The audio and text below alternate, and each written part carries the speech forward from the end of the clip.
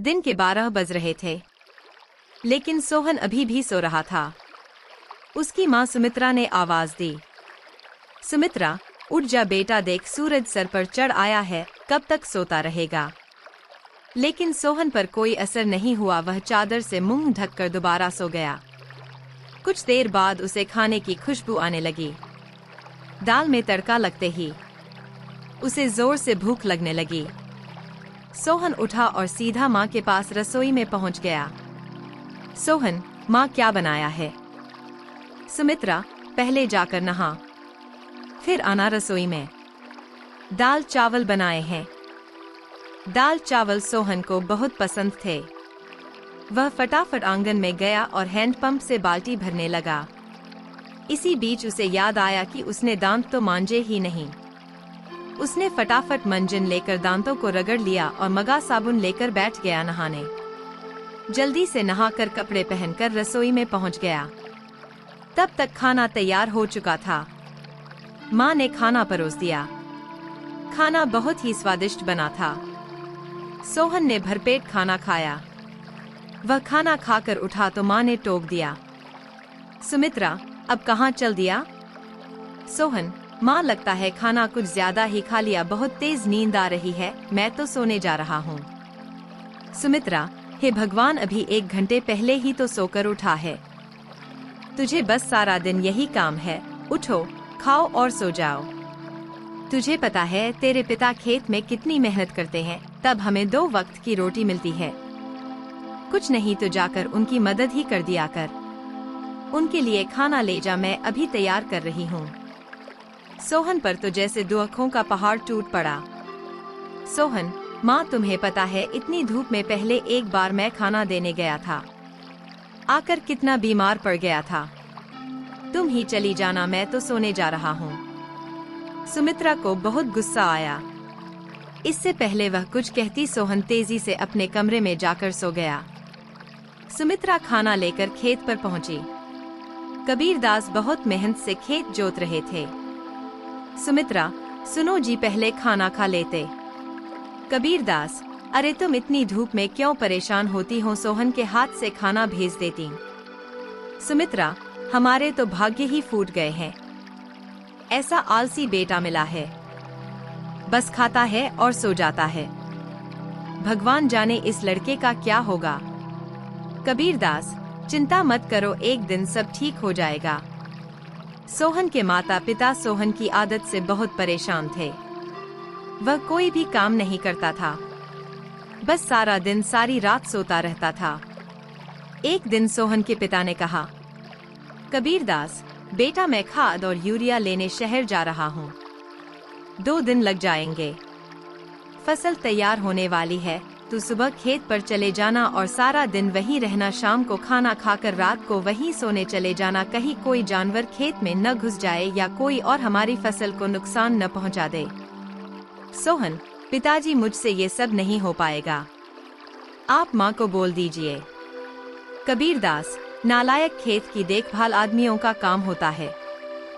अगर मुझे पता लगा तू खेत पर नहीं गया या फसल को नुकसान हो गया तो तेरी खैर नहीं। सोहन डर गया। वह पिता के जाने के बाद माँ से बोला, सोहन, माँ सुबह जगा देना, नहीं तो पता नहीं पिताजी क्या करेंगे। सुमित्रा मोहन को सुबह 4 बजे जगा देती है। सोहन हाथ में फावड़ा लेकर खेत में पहुंच जाता है। वहां जाकर देखता है चारों ओर ठंडी हवा चल रही थी। वह एक पेड़ के नीचे बैठ जाता है। तभी उसे हल्की हल्की रोशनी नजर आती है। पूरा खेत लाल रोशनी से भर जाता है। सोहन ने यह सब पहली बार देखा था। वह आश्चर्य से सब देखता रहा। कुछ ही देर में सूरज उगने लगा। यह देखकर सोहन को बहुत आश्चर्य हुआ। कुछ ही देर में सभी गांव वाले खेत में काम करने आ गए। सब अपने अपने खेत पर काम कर रहे थे। सोहन पेड़ के नीचे बैठा था।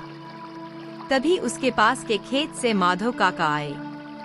माधव काका, सोहन, मेरे खेत में पानी लग गया, अब तू अपने खेत में पानी काट ले। सोहन, काका, मुझे तो कुछ पता नहीं, ये सब तो पिताजी ने कभी नहीं बताया।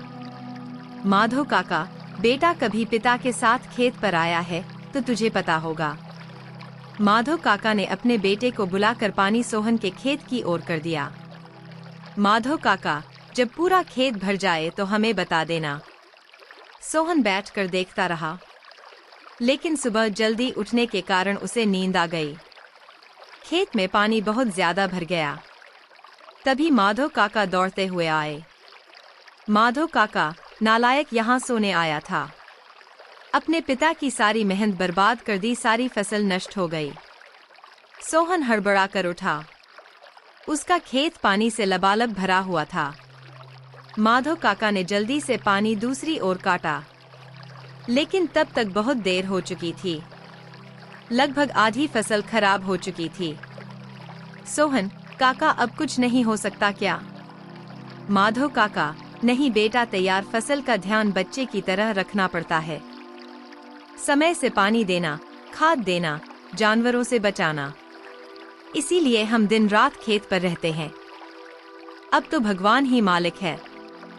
सोहन पेड़ के नीचे बैठा रोता रहा। दोपहर को सुमित्रा खाना लेकर आई। उसे सब पता लगा तो उसने भी सोहन को बहुत डांटा। शाम को सोहन घर नहीं आया, न ही उसने खाना खाया। उसकी भूख, प्यास, नींद सब उड़ चुकी थी।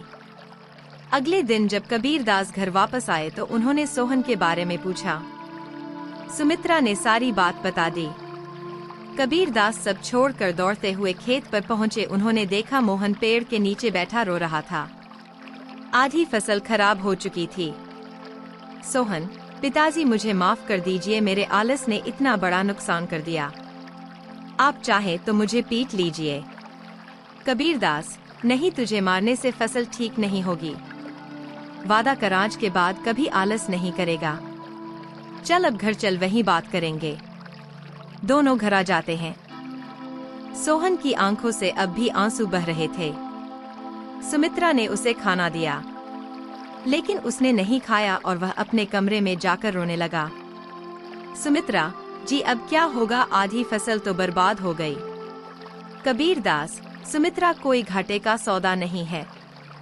आधी फसल देकर अगर बेटा सुधर गया तो यही काफी है। कबीरदास ने सोहन को बुलाया।